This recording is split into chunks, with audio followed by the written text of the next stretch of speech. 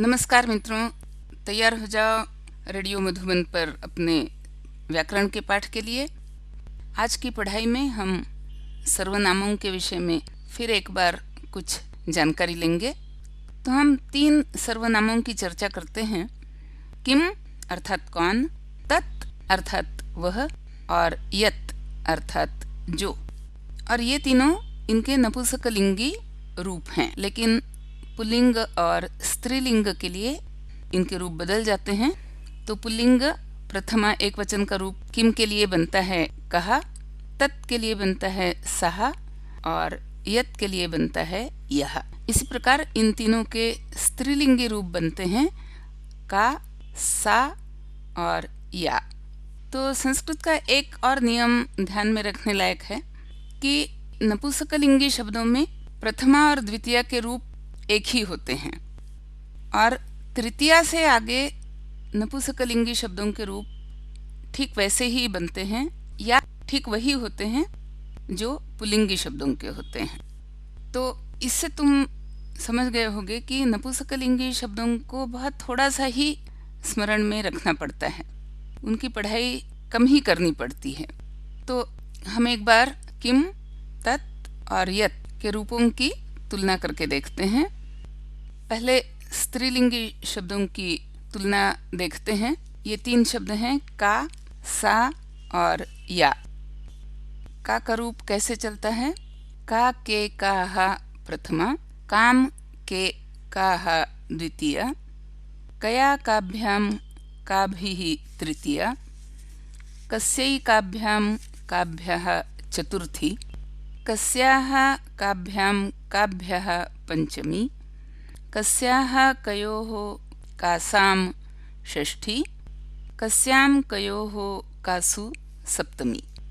और सा के रूप भी बिल्कुल इसी प्रकार हैं। सा ते ताः प्रथमा, ताम ते ताः द्वितीया, तया ताभ्यां ताभिः तृतीया, तस्यै ताभ्यां ताभ्यः चतुर्थी, तस्याः ताभ्यां ताभ्यः पंचमी, तस्याः तयोः तासां षष्ठी, तस्यां तयोः तासु सप्तमी। ये हो गए स्त्रीलिंग के। अब या के रूप बिल्कुल ऐसे ही हैं, तो मैं केवल प्रथमा और द्वितीया के गिना देती हूँ। आगे तुम सा की तरह या का की तरह उन्हें बना सकते हो।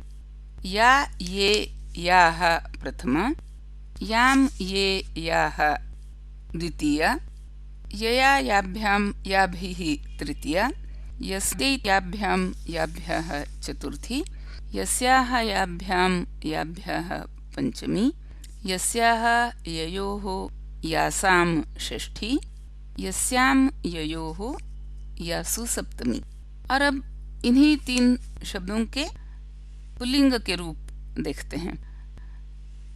कौन के लिए पुल्लिंगी शब्द है कहा, तत् का पुल्लिंगी रूप बनता है सहा और यत् का बनता है यह। तो शुरू करते हैं कहा से। कहा कौ के प्रथमा, ये पुल्लिंगी रूप हैं जो स्त्रीलिंगी रूपों से अलग हैं। कहा कौ के प्रथमा।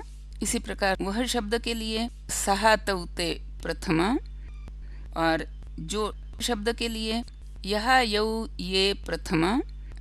तो कहा कौ के प्रथमा, कम कौ कान द्वितीया, केन काभ्यां कैः तृतीया, कस्मै काभ्यां केभ्यः चतुर्थी, कस्मात् काभ्यां केभ्यः पंचमी, कस्य कयोः केषां षष्ठी, कस्मिन् कयोः केषु सप्तमी। अब इसी प्रकार सहा और यह, इन दोनों शब्दों के रूप भी आगे तुम खुद बना लो, इसमें कोई कठिन नहीं है। और नपुंसकलिंगी शब्दों में क्या होगा? कौन के लिए शब्द है किम, तो किम के कानी प्रथमा और किम के कानी द्वितीया। बाकी तृतीया से आगे वही रूप रहेंगे जो कहा के रूप हैं।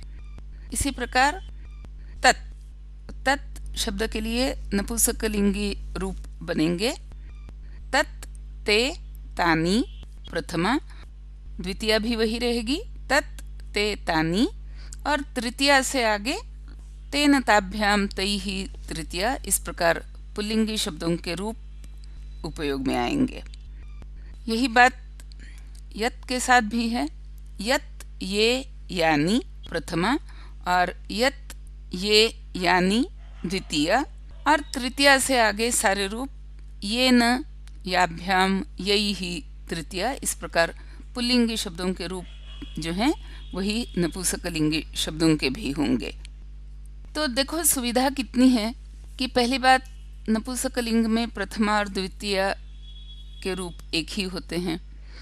तृतीया से आगे उनके अलग रूप होते ही नहीं हैं, जो पुल्लिंग के रूप है वही उनके रूप होते हैं।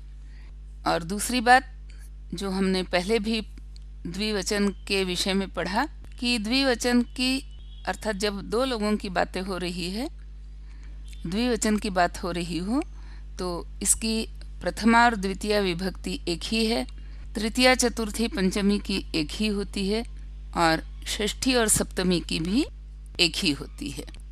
तो मित्रों, तुम थोड़ा सा समझ रहे होगे कि व्याकरण पढ़ना सरल है, इसे सरल बनाया जा सकता है, और ख़ास करके अगर हम इसको तुलनात्मक रूप से पढ़ें तो ये बहुत सरल हो जाता है।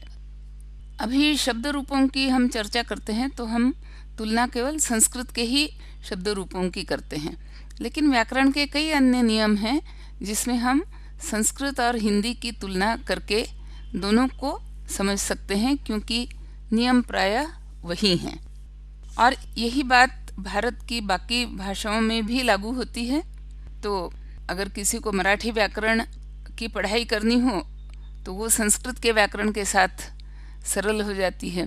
किसी को बंगाली व्याकरण की पढ़ाई करनी हो तो वो भी संस्कृत के व्याकरण के साथ तुलना करके पढ़ने से सरल हो जाती है। किसी को मलयालम के व्याकरण पढ़ने हो तो उसे भी संस्कृत के व्याकरण के साथ पढ़ने से सरल हो जाता है। ये खासियत अपनी भारतीय भाषाओं की तुम सदा याद रखना। और बस आज लीना मेहंदले को अनुमति दो, कौशलम ट्रस्ट को भी धन्यवाद दो जिसके माध्यम से ये कार्यक्रम तुम्हारे लिए बनाया जाता है। रेडियो मधुबन को धन्यवाद दो जो इस कार्यक्रम को तुम तक पहुंचाते हैं। सुनते रहो रेडियो मधुबन, मुस्कुराते रहो। नमस्कार।